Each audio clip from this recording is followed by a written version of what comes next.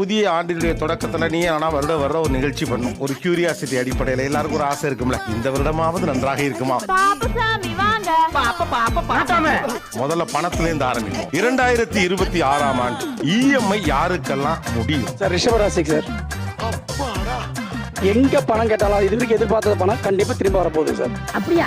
ரொம்ப சந்தோஷம். எங்க பணம் கேட்டாலும் கிடைக்குமா? எங்க பணம் கேட்டாலும் கிடைக்கும், கொடுத்த பணம் திரும்ப ஏற்கனவே வரும். கிடைக்கும்னு வாங்குனதுனாலதான் இஎம்ஐயே இருக்கு. நோட் பண்ணுங்கப்பா பின்றாப்பா. நல்ல வேலை கிடைக்கும் சார். யாருக்கு? ரிஷபராசிக்காரங்களுக்கு அந்த வேலை மூலமா நல்லா அவங்க வேகமா அந்த பணத்தை திருப்பி அடைச்சிருவாங்க. சம்பளமா? அத நான் கேள்விப்பட்டதோட சரி, இதுவரையும் கண்ணால பார்த்ததே இல்லை எம்டி சார். என்ன ட்ரை பண்ணாலும் யாருக்கு இஎம்ஐ முடியாது? சிம்மத்துக்கு சார். சிம்மம் தான் இது இன்னும் எவ்வளவோ இருக்கு. சத்தியமா இப்பதான் ஆரம்பிச்சேன். ஒரு மிகப்பெரிய நம்பிக்கையில வந்து தயவு செய்து என் பொண்டாட்டி வேற வந்திருக்கு. இப்படியே கிளம்பிடு ஐயா ஐயா, இப்படி பொருளிய கிளப்பி விட்டு என் பொழப்புக்கு உழ வச்சுட்டு போயிடாரா ஜம்ஸ். பயப்படுறதுக்கு ஒண்ணு இல்ல, இது பயம் இல்லையா, இது மன உளைச்சலுக்கையா. எங்கெல்லாம் கடன் கேட்கறோம் அங்கெல்லாம் கடன் கிடைக்கும்யா. ஆனா அது நம்ம வாங்காம இருக்கிறதே போதுங்கிற ஒரு மனநிலை இருந்தோம்னா கொஞ்சம் இஎம்ஐ ஈஸியா கட்டிக்கலாம். நீ எழுதுன இதுல என்னப்பா சந்தேகம்?